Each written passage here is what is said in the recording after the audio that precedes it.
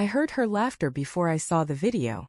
That same soft, melodic laugh I fell in love with, the one that used to fill our kitchen on Sunday mornings, now echoing from someone else's phone, from a night I hadn't even known she went out. It was my coworker Dan who showed me. "Hey Mark, isn't this your wife?" he'd said, sliding his phone across the break room table with an awkward smile that tried to mask discomfort. On the screen, in the dim glow of flashing lights, my wife Emma swayed on a dance floor, a half-empty cocktail in her hand. Her arm draped around a man's shoulders. The man leaned close, too close, and whispered something that made her tilt her head back and laugh. The same laugh I'd once promised to protect for life. The timestamp read Friday night. She told me she was at her friend Julia's girls' night. My throat tightened. I forced a chuckle, the kind men used to hide the sting. Yeah, that's her. Guess Julia's camera shy. Dan's eyes flickered with pity. Didn't mean to cause trouble, man. But the trouble had already begun. That night, Emma came home just past midnight. I was awake on the couch, pretending to scroll through emails, but every muscle in my body was coiled tight. She slipped through the door quietly, her heels dangling from her fingers, the faint scent of tequila and perfume trailing behind her. "Hey," she whispered when she saw me, startled. "You're still up." "Couldn't sleep," I said evenly. She smiled faintly. "You should have called." "I would've." "Where were you?" The question landed like a crack in the silence. She froze. "I told you, I was with Julia." I nodded slowly. "At that club downtown? The one where you were dancing with some guy?" Her eyes widened, and for the briefest second, guilt flashed across her face before she masked it with defiance. "Who told you that?" "I saw a video." "Mark, it's not what you think," she said, stepping closer. "He's just a friend. Julia knows him. We were just dancing. That's all." My heart wanted to believe her, but my gut screamed that she was lying. "A friend," I repeated, bitterness coating my tongue. "Funny how you never mentioned him." Her lips trembled. "You're overreacting." "Maybe," I said, standing.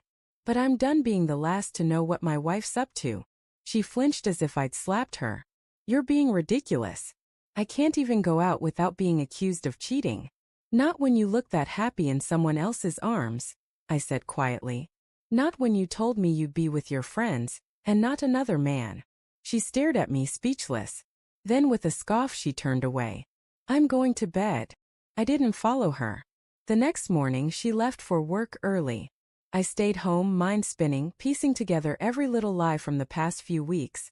The sudden late nights, the secretive smiles at her phone, the way she'd started sleeping with her back to me.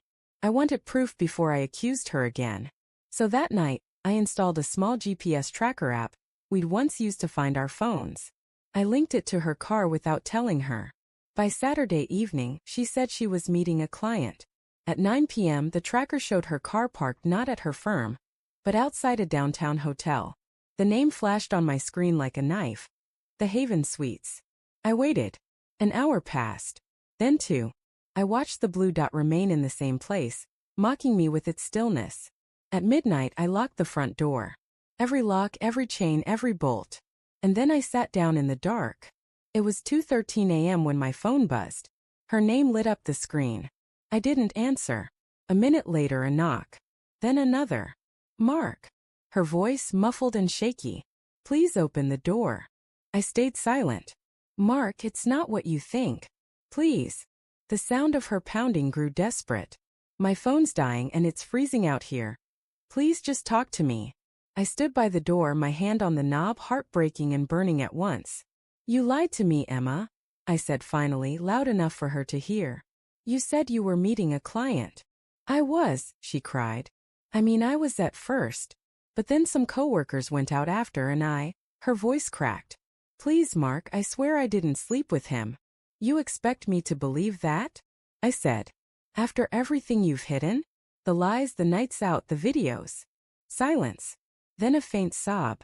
"Please," she whispered, her voice raw now. "I know I messed up. I just wanted to feel alive again. You've been so distant lately, and I didn't know how to reach you. But it didn't mean I stopped loving you."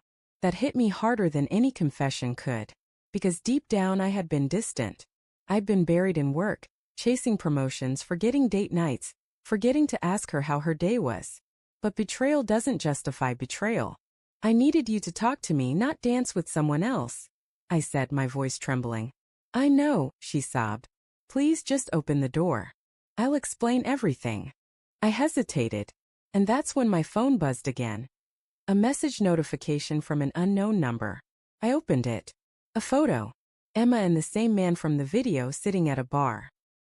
His hand resting on her thigh. Her face turned toward him, smiling softly. The caption read, "She's been coming here every week." My chest went cold. I looked through the peephole. She was still there, her makeup smeared, her body trembling. She looked small. Lost. Who is he, Emma? I asked through the door. She went silent. Then, his name's Ryan. He's from my old job. We reconnected a few months ago.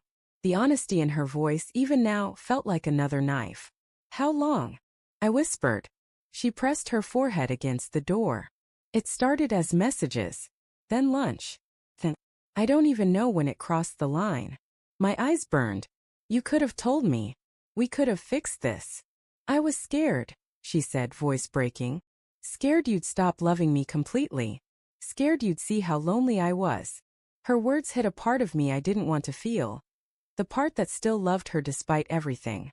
The part that remembered our wedding vows, our laughter, our plans. But love wasn't enough anymore. Not after this. I unlocked the door, but didn't open it. Go to your sister's, I said quietly. Stay there tonight. Mark. Please, I said. I need time. You need to think about what you've done. After a long pause, I heard her footsteps retreat. The sound of her car starting. Then silence. The house felt impossibly empty after she left. Her perfume lingered in the air, her slippers still by the couch, her favorite mug on the counter. Everything screamed of her presence, and her absence. I sat there until dawn, staring at the front door she used to walk through with a smile. By morning she'd texted me once. I'm sorry for everything. I'll wait for you to call. I didn't reply. I didn't know if I ever would. But when I finally looked outside, I saw her forgotten key still in the lock. It felt like a metaphor for everything that went wrong. How we'd both kept the door open just enough for love to slip away unnoticed. And as the sun rose over the quiet street, I realized something painful but true. Sometimes, locking someone out isn't about punishment. It's about finally choosing to protect what's left of yourself. Because love can survive distance, anger, even time. But not lies. Not anymore.